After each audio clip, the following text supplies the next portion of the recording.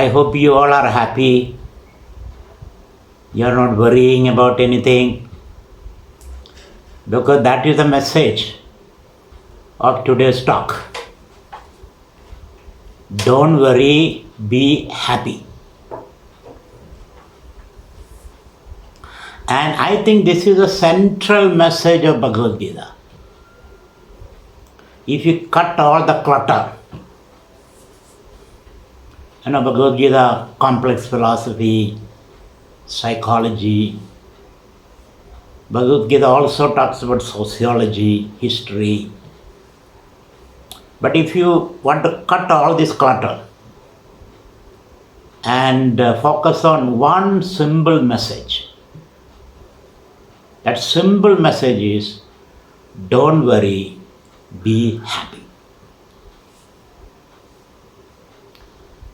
Of course, if you listen to a conversation these days, any conversation, whether it is at home or in the office or on the road or in the temple or churches, wherever people meet, you listen to their conversation. Because we Swamis, nobody talks to us, so we have the opportunity to listen others' conversation. And I find these words are frequently used. Stress, I am stressed out. Anxiety, I am anxious about the future. Tension, I am tensed. Or worry, I am worried. What will happen to my children? What will happen to my husband's job? What will happen to the investment that I have made in the stock market? Or what is going to happen to my health? Because of course, under this corona pandemic, that is the constant worry we all are going through. So these 4 or 5 key words are constantly used in the common conversation. Stress, worry, anxiety, tension, and of course grief. Because I lost my money, my health, my children, or I lost my wife, and then constant grief. These are the major words that we use, main words. And a multi-billion-dollar industry has come up. This wellness industry. That also people are making money out of that. Because the market has come in a big way, negotiating our relationships now. Whether it's a production relationship, distribution relationship, or emotional relationship, the market has come in a big way to negotiate to make a profit out of that. I'm not against making profit. Sometimes I feel profit is a good measure of efficiency. But in the name of efficiency, we have killed ourselves. That's what is happening. As they say, what use is wealth if you don't enjoy health? What use is wealth if you don't enjoy health? And they are using a lot of platitudes like this. Don't worry, you mean the wellness industry. Don't worry, be happy. I am also saying that. Or stop worrying, start living. Isn't it? Don't be a worrier. Worrier means worry. One who is used to worry unnecessarily is called a worrier. Don't be a worrier, be a warrior. Be a warrior. Don't be a worrier. Or when the going get tough, the tough get going, isn't it? Have you heard that? When the going get tough, the tough get going. Take a break before you break down. That is another phrase. Take a break before you break down. Or spend more time with your children, your family. Spend more time with yourself, with the nature, with your pets, animals. So all these kind of platitudes and recipes are being proffered by the wellness industry. So today we are looking at this phenomena. Why are we worrying? It has become a hormonal syndrome now. Worry has become our default nature. And people tell me, whenever I say don't worry, they say, Swamiji, then who will worry? There are a lot of things to worry in this world. Somebody has to worry. Okay, if you want to worry, but have the stamina so that you can take that worry without affecting your health. Like Shiva. Shiva swallowed the poison but did not get poisoned. Because whenever you start something, whenever you initiate something, whenever you invest your energy and time in something, there is always this anxiety, what will be the result? Will I get the expected result? That anxiety is natural. But we must have, it must be, that anxiety should be moderate. It should not become a compulsive, obsessive behavior. It's like a musical instrument. The musical instrument, like a guitar or sitar, the string should not be too loose. If it is too loose, you cannot pluck music out of that. Nor should the string should be too tight. Then you will cut your fingers. Isn't it? So, a moderate amount of stress is acceptable. But the stress becomes such habitual, so that you become paralyzed, that you are not able to move at all. In the corona pandemic, we don't want to step out. So that, if you step out, somebody may talk to you, somebody's saliva may fall on you, and then this kind of fear. The fear is killing us. But that does not mean you should not take the adequate precautions. The protocols are necessary. But it should not kill you, paralyze you. So stress, whatever word you use, stress, tension, anxiety, worry, grief, this is what ruling our life these days. And I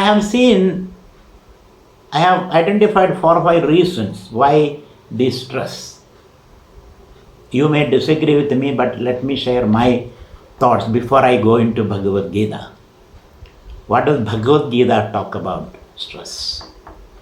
And what kind of strategies Bhagavad Gita gives us to cope with stress, to manage stress? I don't think stress can be completely eliminated. There will be a certain amount of stress in human nature. Because we are living in uncertain times. We have always been living in uncertain times. Whether we were foraging in the forest as nomads, or whether we were living in agricultural society, or the industrial society, or the postmodern society, whether you are married or unmarried, stress has become our almost nature. So we must be able to handle that. That's what I said, before you break down, take a break. Or spend time with nature, all those kind of things. So I have identified 5 reasons why the modern man is under tremendous stress. This much amount of stress was not there before. When I was growing up, there was not so much stress. But today we find even 7-year-old children are stressed out. But talk about teenagers, adults, high stress people who hold high stress jobs. They all are stressed out. And stress kills more people these days than any other disease. So it is time for us to look into the structure, nature of stress and how to handle it. Not to completely eliminate it, cap it, so that we can deal with that stress and make use of that stress, so that we become efficient, careful, cautious, and still do what we are supposed to do. So what are the major causes that causes stress for the modern individual? One thing I think, the complexity of modern life. Everything is very complex. Making choices are very difficult. Isn't it? Even on breakfast table, morning breakfast table, many things are available. You can order from the market, whether we need idli, dosha, or sandwich, or a fruit juice. What should we take? Even small children, 3-year-old children want to make choices. So you have to, stand on your knees and ask the baby, what do you want for breakfast? The baby will blink and look here and there, twiddle its finger, thumb and say, let me look into the Google. Even for eating your breakfast, when we were growing up, whatever is on the table you have to eat, or to get lost. These days, no. I have to make a choice of what should I eat. And the complexity, the enormity of data and accessibility.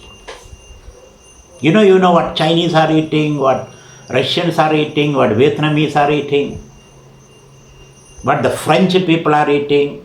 And India itself, there are 16 states, 16 kind of menus. Very difficult to make your choice. The complexity of life. Even a doctor, if you have a problem, you go to the doctor.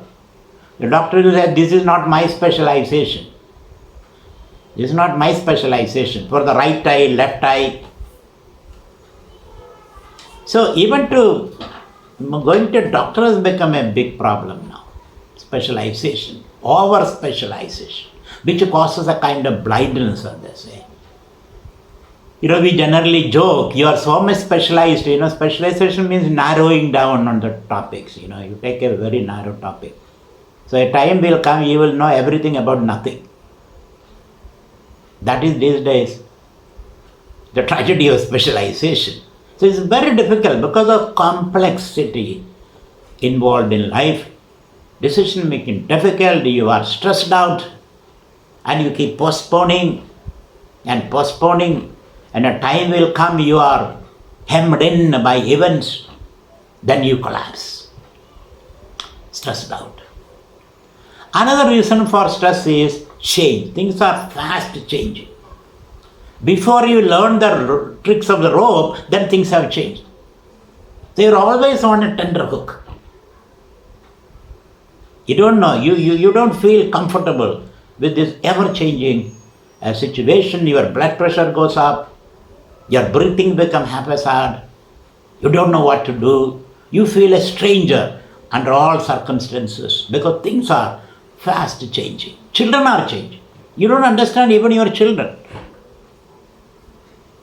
What to talk about your wife or spouse? Very difficult to understand them. People keep on changing. Things keep changing. The pace of changes increase now. As a result of that, we are not able to cope with it. That's another reason, as far I can see, for this stress that we are going through. And the third reason I would say is the atomization of the individual and the globalization of individuals are atomized and globalized. In between there is no cushion instrument. There are no institutions. Earlier we had the family, grandma, grandfather, churches, temples, or festivals, many festivals, something to look forward to. Now nothing is there. Nothing to cushion. So on one side you become extremely individualized, atomized. On the other side you become globalized. So between these two extremes, we lose our balance. Nobody to help you, nobody to look forward to. Everybody is trying to make money out of you. Everybody is trying to seeing you as a product, a marketable product. As a result of that, those in-between institutions, intermediary institutions, when we were growing up, if I have a problem, I can go to my grandma and tell her. Grandma will solve the problem. She gives a lot of love and then care, and she has all the time in the world.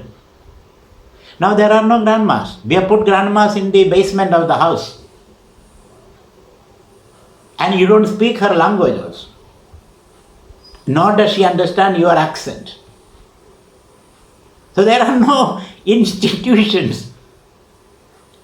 In the intermediary institution, it is either atomized individual or a globalized individual. This is another problem. And the whole world is sitting in your drawing room this day. Through the TV and the internet, all that, the whole world is sitting in your room. In ancient data, it was very simple. Things were simple. Data were simple. So this is another problem I find. The atomization, the globalization of the individual. The fourth reason is fear of failure. You don't want to fail. You want to succeed all the time. You want to be the groom in all marriages. That's a phrase. You want to be a groom in all marriages. Because you want to be in the forefront. The fear of failure is another reason for, because failure is very costly these days, very expensive. Cause of stress. You don't want to lose the battle. And you are always thinking, kya hoga, what will happen, what will happen, what will happen. My grandmother used to say, nothing will happen, don't worry. Just sit quiet. So this grandmother wisdom is very, very important because she has gone through life. She has seen the ups and downs of life. She has been worrying, like us, she has been worrying, and when she looks back, there is nothing to worry. All those bleak scenarios that we have been building, they never materialized. So the fear of failure, you must be able to accept that life means success and failure, profit and loss, praise and criticism. That is how the life unfolds. No, I don't want anybody to criticize me. Least threshold of tolerance for criticism. If somebody criticizes you, maybe he is telling you the truth. No, I don't want to accept that. Though I am a truth seeker. Isn't it? I am a truth seeker, but I don't want anybody to tell me the truth. Apriyasya cha patyasya vakta shodhana vidyade. Apriyasya cha patyasya, some unpleasant information. Or when a doctor says don't eat that particular food while you are going through this regime of treatment. Nobody wants to hear that. So that's our situation. Failure, fear of failure. And the other fundamental thing I see for our stress or tension is loss of self-control. Loss of self-control. Actually, we have no self now. We have only algorithms, biological algorithms, which people can hack with the modern AI, artificial intelligence and all that. There is no self. We are only a combination of numbers and lines. What they call biological algorithm.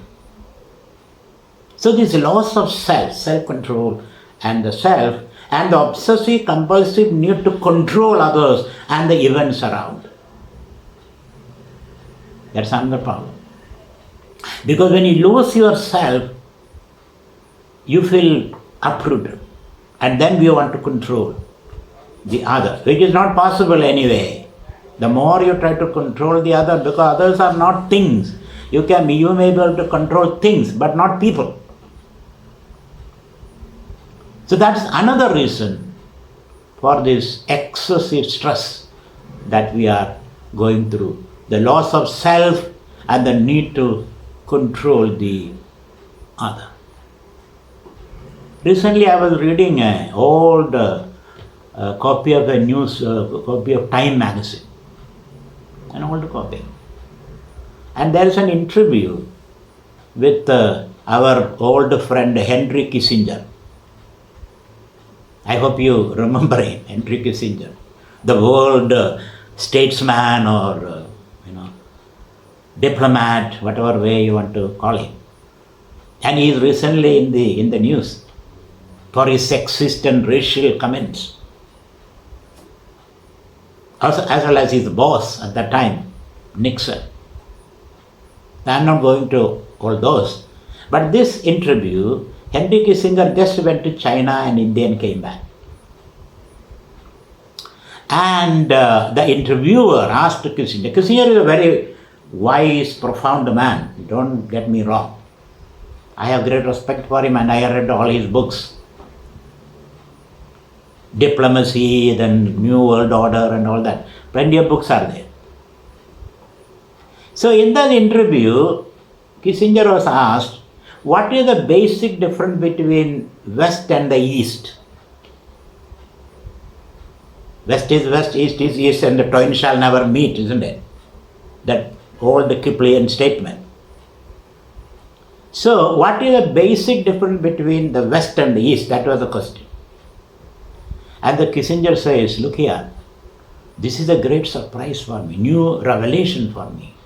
The West believes that all problems can be solved. All problems can be solved, any problem can be fixed. But the East believes no problem can be solved. You can solve a problem temporarily, provisionally, but it will create new problems. A solution to a problem brings new problems. So there is no problem solving, there is a series of problems.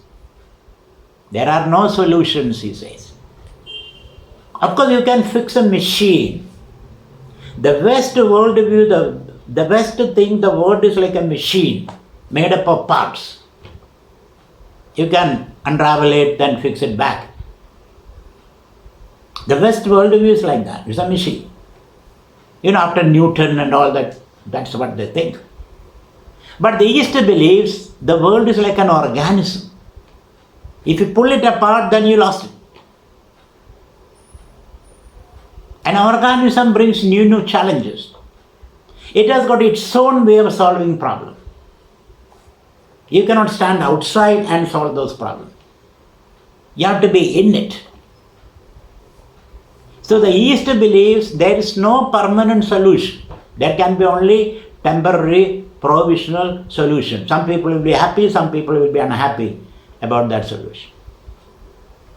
Kissinger says, this is the major difference I saw between the East and the West. There is a Bhagavad Gita sloka to this effect. Sahajam karma kaundeya sadosham abhinastejes sarvarambahi doshena dhumena agnirivavrudaha. All solutions have got their own defects, he says. Sarvarambahi doshena dhumena agnirivavrudaha. Like there is no fire without smoke. There is no solution without a side effect. And side effect will create more problem. So therefore, this has to go into our system. The world is increasingly realizing that. There is no permanent solution.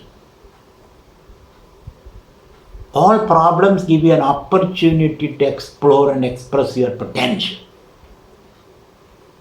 This I have been constantly saying that. As when you face a problem, more than solving the problem, that problem gives you an opportunity to look into yourself. So therefore, if there is life is a series of problems, and in our effort to solve those problems, though we offer temporary solution to the problem, that problem gives an opportunity to explore and express our inner potential. Or I should say, the problem gives an opportunity to express your happiness. Every problem. If you can face it with a smile, then the problem itself becomes a solution. And there will be another problem. Again face it with a smile. I'll be coming to that later.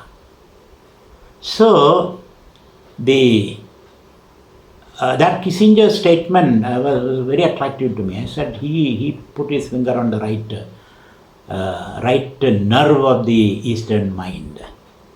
The Eastern mind thinks it is all provisional. Nothing is permanent. Therefore, you must be always alert. Always on your you must develop that awareness. That's what is more important.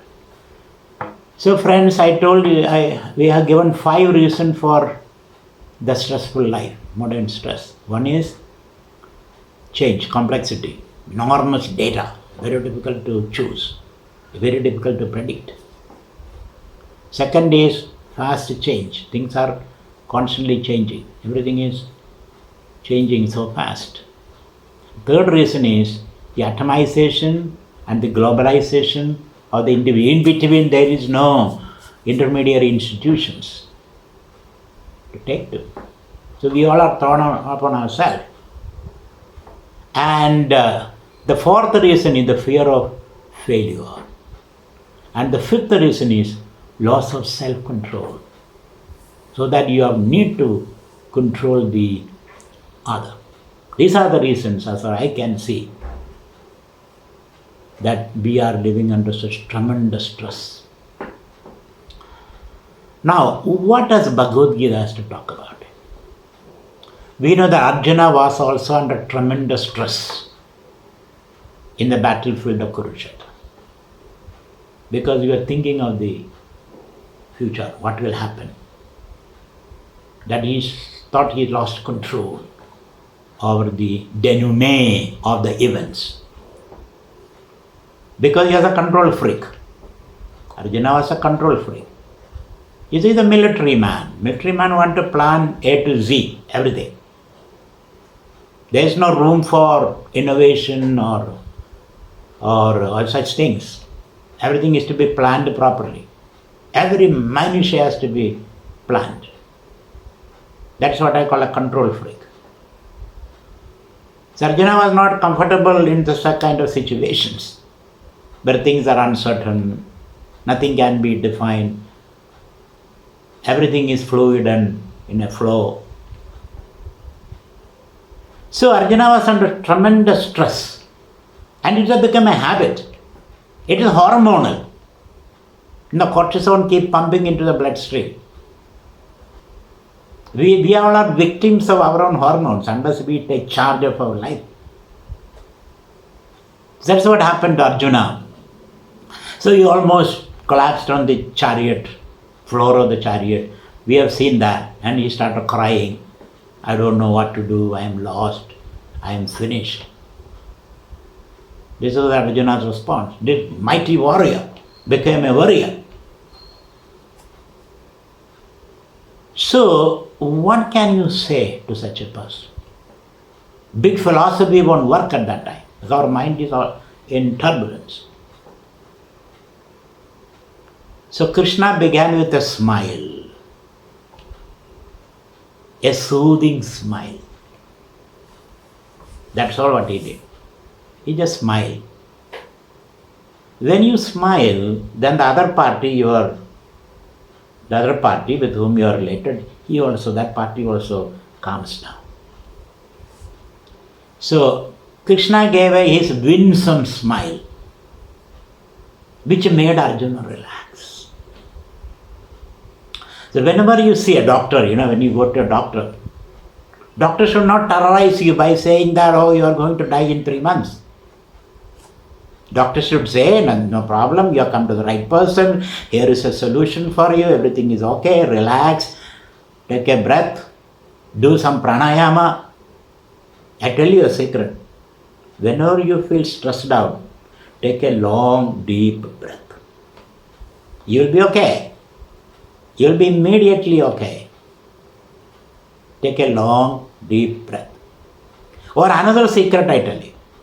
Whenever you are stressed out, chant Om. And watch that. We are doing in the meditation seat. Don't think it is a joke. These are very practical, inexpensive, without side effect solutions. Take a long deep breath. Or chant Om and focus on that. Or just watch your breath. I'm not going to give a meditation lesson today. So, if you do that, you are relaxed. You're relaxed. So, Bhagavan gives a smile, whether you go to a doctor or a lawyer or a psychologist or your grandma.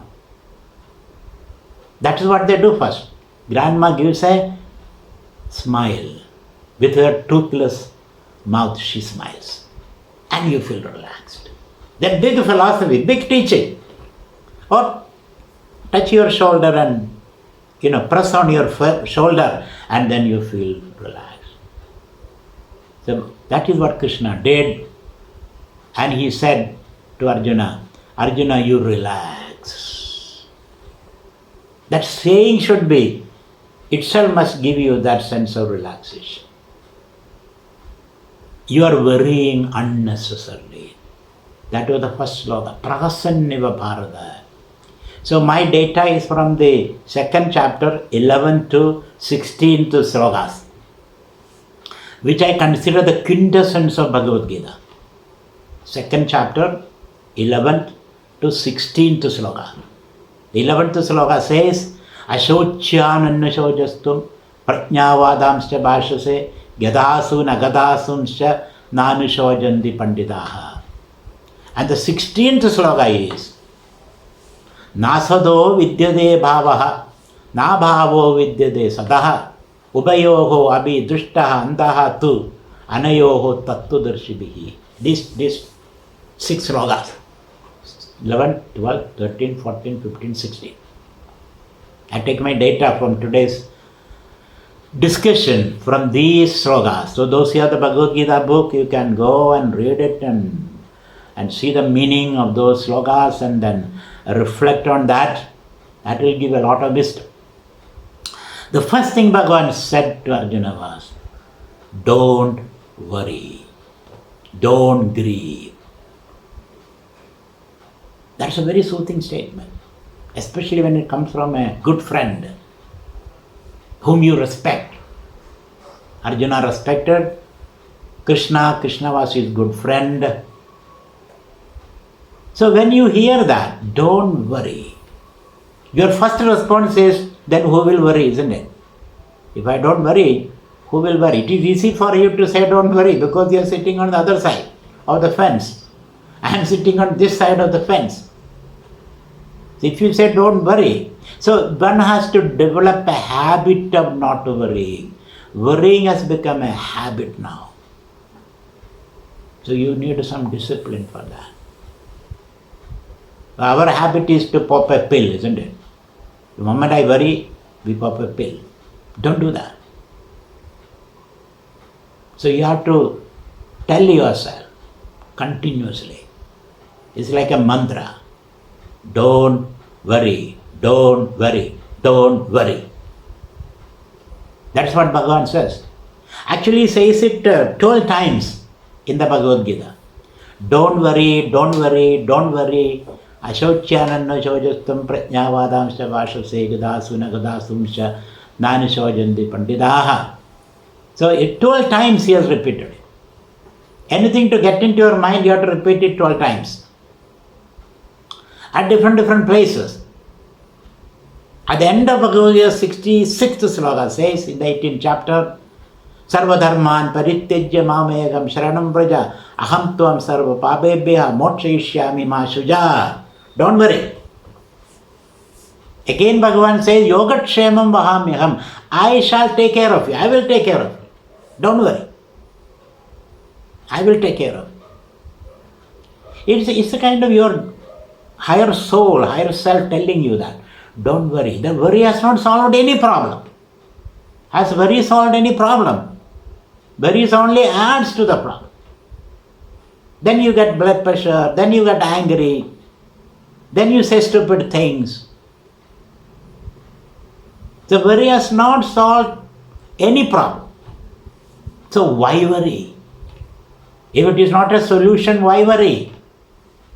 So Bhagavan says, don't worry. That is the first piece of advice Krishna gives, and we have to develop that habit. Because we have developed a wrong habit of worrying unnecessarily. Initially it was okay, now it has become a compulsive, obsessive behavior from your part, and no reason, there is no reason for you to worry. Everything is going okay, and still we are worrying. So here is a advice from Krishna. It's an advice. Don't worry. The rest of things we will take care of later. First you stop worrying, sit down, relax, have a Coca-Cola, which will cause more worry anyway. So he says, or have a glass of milk or tea or water, and don't worry. This you have to continuously repeat, because your brain cells have to be, this word has to be etched in your brain cells. Don't worry. Keep on saying that to yourself. Don't worry. Then it will become your habit. What we say repeatedly, that becomes our habit. So whenever we worry, the tendency to worry, immediately this word should come to your mind, and the image of Krishna has to come to your mind, relaxed and drawing the chariot and relaxed in the battlefield. So first principle is, don't worry. And another thing Krishna says, there will be challenges in life. There will be problems in life. There is no life without problem. Krishna says, look at my own life. If you think of Krishna's life, he was born in a prison. And he did not say that I was born in a prison, I did not have the benefit of growing with my parents, therefore I am a stupid person now. I am traumatized. Krishna was born in a prison, and he was weaned away from his biological parents. And he grew up with other people. But that did not affect his personality, affect his self. Then he grew up in a village among these cowherds, and then by near 16 he has to leave that village, his friends and his people. But he was not worried. He did not worry. Then he has to fight with his uncle, which is traumatic.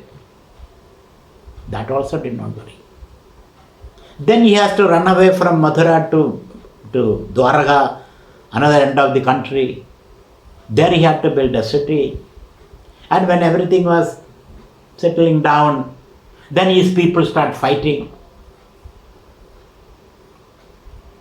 Then Krishna left that place also. But he was not worried. So from his own example, Krishna says, I have every reason to worry in life. But I did not worry. Because I see the pointlessness of unnecessarily worrying. So be cool, be calm. That was the advice. In the midst of stressful situations, you have the ability, summon that skill, that ability to keep your mind calm. As I say, under pressure, calm, dignity. That's a sign of culture and civilization or education. Under pressure, you keep your cool. Once I was driving around with a young man, because his father sent him to me, you go with the Swami for some time, you seem to be beyond control. So he came to me and I spent some time with him. Then he dropped me to my ashram and he went back. And his father asked, how was the Swami? How was the Swami? And he said, oh, Swami is very cool. I thought it's a big compliment for me.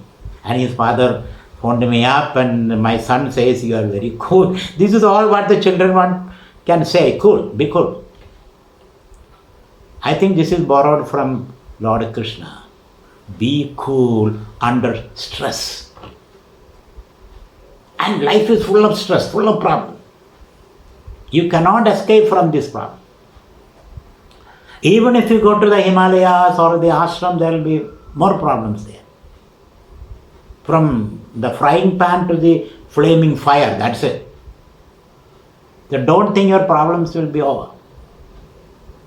If all problems are over, plenty of money, good house, good car, servant, then health issues, health challenges. Isn't it? Some problem or other will be there all the time. So don't look for a situation where you have solved all the problems like the Westerners think, I'll fix all my problems, then I'll sit down calmly, quietly and enjoy life. That shall never happen. Because creation is an open architecture. Anything can happen. Creation is not a closed system. Anything can happen. So be ready for that. Be ready for that. So therefore, this is within your control. Though you may not be able to order the situation around you, you can always keep your mind calm and cool in the midst of stressful situation. Then what will happen is the question. Sachocyan anvishojastam prajnavadamsya bhashase gadasuna gadasunsya anishojandi pandidaha. Wisdom, the hallmark of wisdom is its ability to keep your cool under stressful situation. And that comes out of training, attitude, wisdom. So Bhagavan says, wise people don't grieve over anything. That's very, very important. Wise people. Not V-I-C-E, but W-I-S-C. W-I-S-C, wise people don't grieve over anything. They keep their cool under all stressful situation, and that is within your power. And that requires a trained mind with a different attitude to life and with a different vision of life. If you keep your mind cool under stressful situations, in the midst of problems, something magical happens, you see. Something very magical happens. What is that magical happens? The door to yourself opens up. The door to infinite wisdom opens up. That's the magic which will happen. Solution will come to you automatically. Automatically. When the mind is calm, of course you are trained, you have skills. You are a doctor, you are an engineer, you are a lawyer, you are an accountant, you are a plumber, you are a whatever you are. You have the skills. But because of the disturbed mind, you are not able to summon those skills. So when the mind is calm, Krishna says, your mind gets access to the infinite power of the spirit. Natvevaham jadunasam natvam neme janadiva nachaiva na bhavishyamaha sarve vayamadav param. There is a core in you which is not explored and expressed yet. There is a deep core in you. Because of your extrovertedness, you have no access to that core. When the mind is calm, like if a water, of the lake water, when the water is calm, you can see the depth of the lake. Similarly, under stress, if you can keep your mind calm, you get access to the depth of your being, which is full of innovative solutions. You move from memory to the spirit. Memory is old. Problems are new, isn't it? Memory is always, your knowledge is always old. Your knowledge is nothing but memory. So what worked in one situation may not work in another situation. But you are bringing the same solution. As a result of which you are always behind. That's why too much knowledge keeps you behind all the time. So what we need is an ability to slip into the spiritual dimension, move from memory to spiritual dimension, especially when things are moving so fast. You need new, innovative solutions to problems. Therefore, to get access to that spirit, you have to keep your mind calm. You have to think out of the box. These days people say, think out of the box. Don't always consult the playbook. That is for diplomats who is working under leaders, isn't it? It's always thinking of the playbook. You have to play out of the playbook. Think out of the box. Think innovatively. New solution. Where will it come from? It has to come from your inner spirit. Inner consciousness. The Brahman.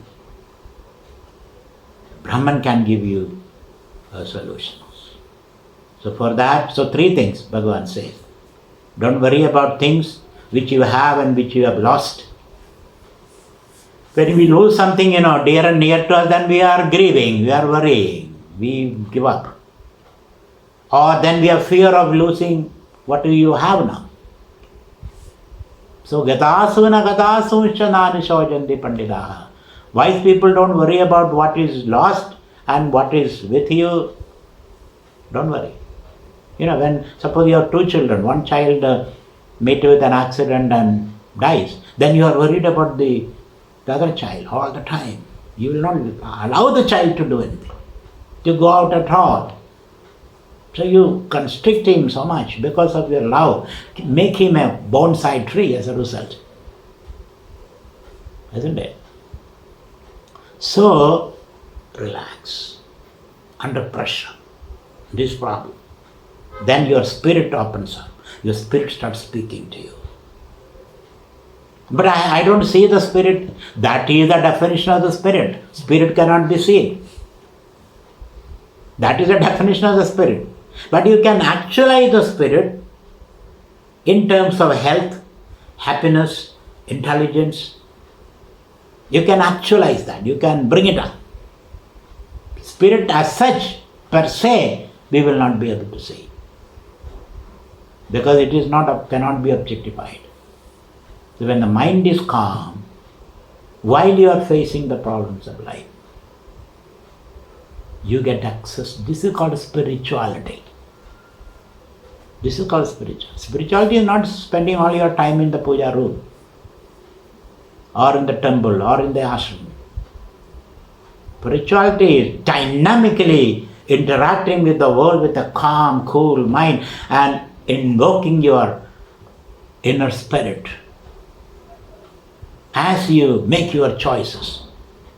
That is my definition of spirituality. Dynamically interact.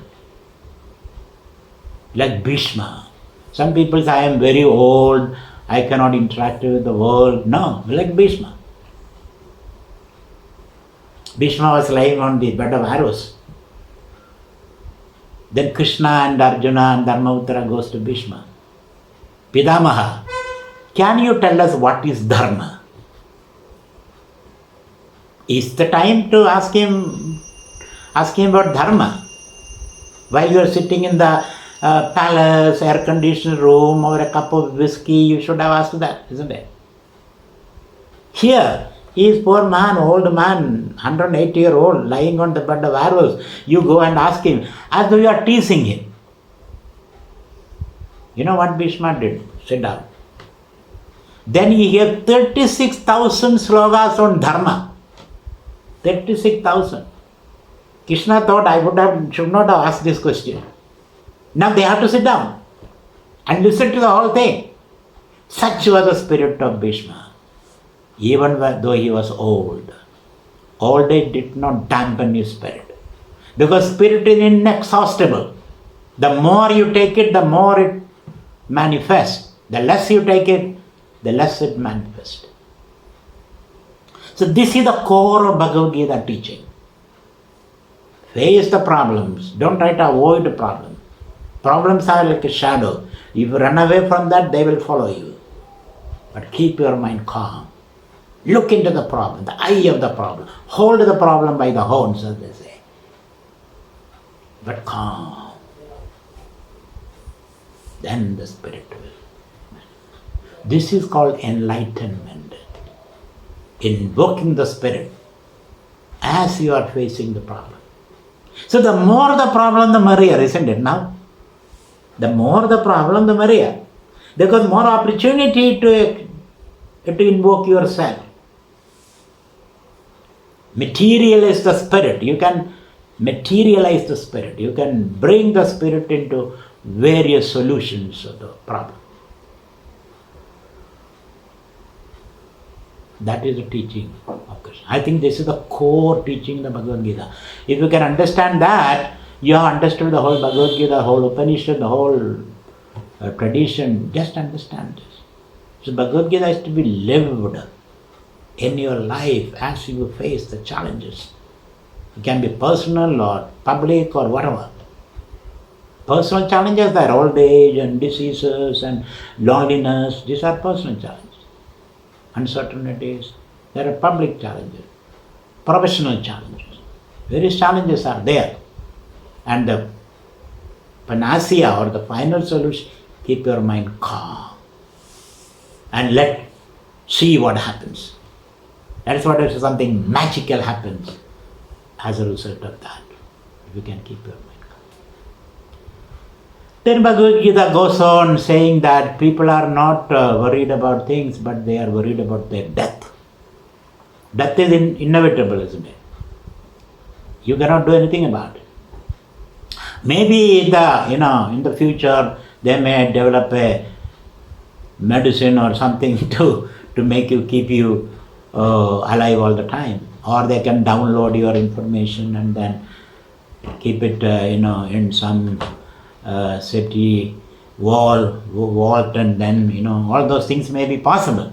But as far as we know now, and I am pretty sure about that, the material world, the objects, what is produced, your body is a product, your mind is a product. What is produced cannot last long. It has to go through this eternal law of Srishti Sthiti Laya. You create something, it has got a life. When the life is over, it has to disintegrate. This is the law of life. I think this is an eternal law. Nobody can change it. If you're building a house, 50 years after that, it disintegrates. Or you need a repair, after something repair also doesn't work, then you have to replace it, isn't it? So, this is the law of life. You cannot do anything. You cannot live eternally. The spirit is eternal. And the spirit has this power to manifest eternally in different ways. So what about death? Death is worrying me. Krishna said, don't worry about that. Because Dehinosmin yatha dehe kaumaram yavanam jara tatha dehantara praptihi dhiras tatra namuhyadi. Dhiraha means a wise person, a vivegi, one who can discriminate. Viveka means separate the soul, the Atman from the body. But where is the Atman? Can you put the Atman in a plate or a dish and show me? You cannot. Atman is an intensely private and subjective experience. It cannot be objectified. So please don't ask that question. That question is a stupid question. Because you don't understand the category. It's a category mixing up. One category is subject, other is object. Don't mix them up. So if you ask me, show me your soul, I will not be able to show it. I can only smile. Through the smile, my soul manifests. I can only remain calm, not get flustered. Through the calmness, my soul manifests. Or I can tap on your shoulder. Through that, my soul manifests. There's no other way. Objectifying. There's no other way. So think about that. The question is illegitimate. The question is irrational. The question is due to a confusion of categories. One is subjective, the other is objective. So,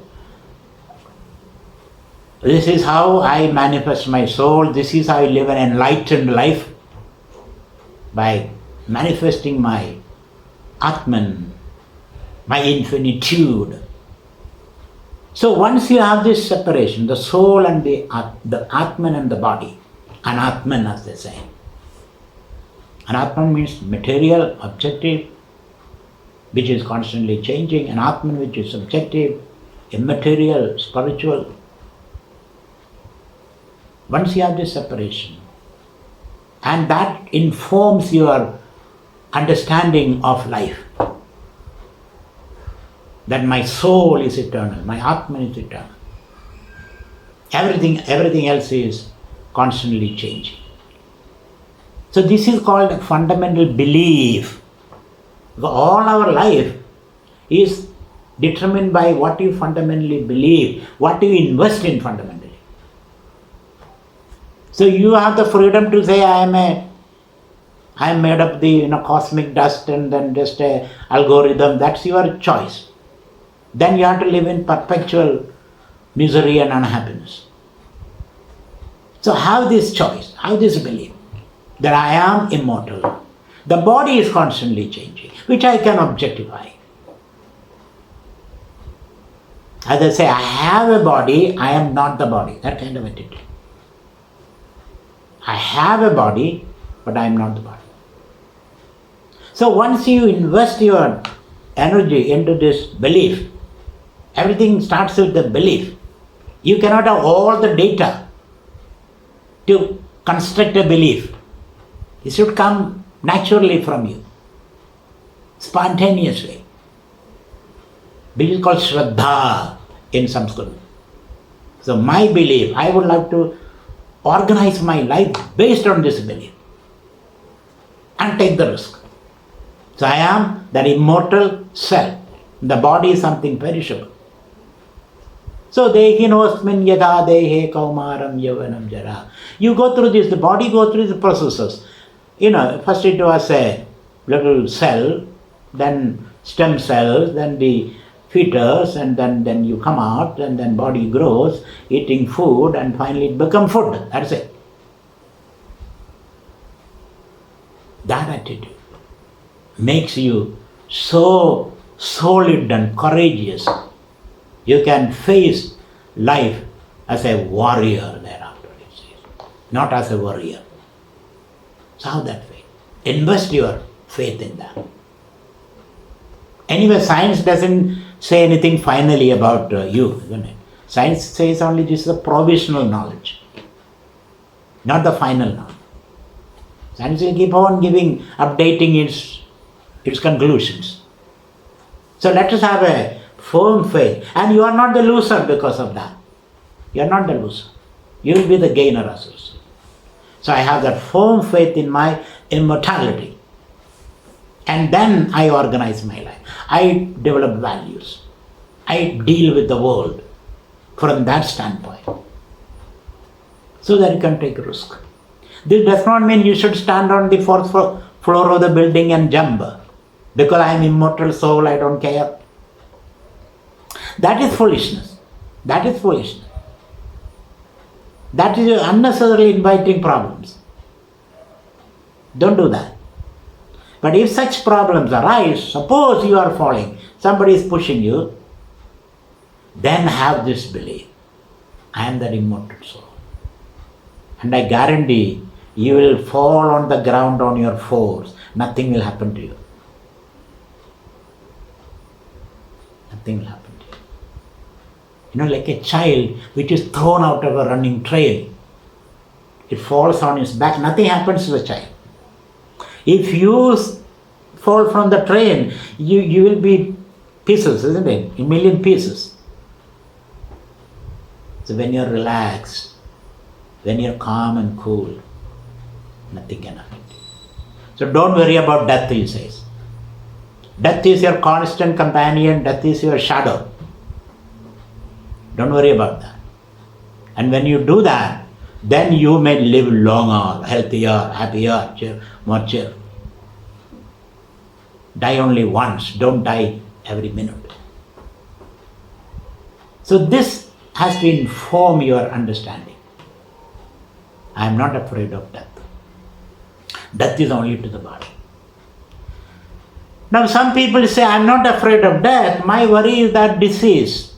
I am getting old and then cancer and this, organ failure and kind of things. Or pain, suffering, both psychological and physical. Now Bhagavan says, look into that pain. What is the locus of that pain? Or that anxiety or that tension? Where is that? Matra sparshastu kaundeya shidoshna sukha dukkadaha agama bhayino nityaha tantititshusva bharata. Krishna says. Matra means the mind. Mind is an object. Because you know you have a mind. Isn't it? So the mind, matra, mind is called matra because it's a measure. It measures things. It judges. Matra means a measure. There matra means the mind. So the mind interacting with the world of sensations, undergoes various changes. And major changes is stress and strain. Pain. Pain also is located in the mind. You can observe your pain. Pain is an object. It doesn't affect the subject. It doesn't pollute the soul. So one has to, whether it's psychological pain or physical pain, you must develop that ability to observe it. Don't get lost in that. So if you can observe it, you find the pain comes and goes. Suffering comes and goes. Suffering does not belong to you. In one of the meditation I told you, the emptiness of suffering. But we should observe it. But we are afraid of observing it, that's the problem. We are afraid of observing psychological pain. Some pain are psychological. There is no other reason for that. Some pain are physical. These are only two types of pain or suffering.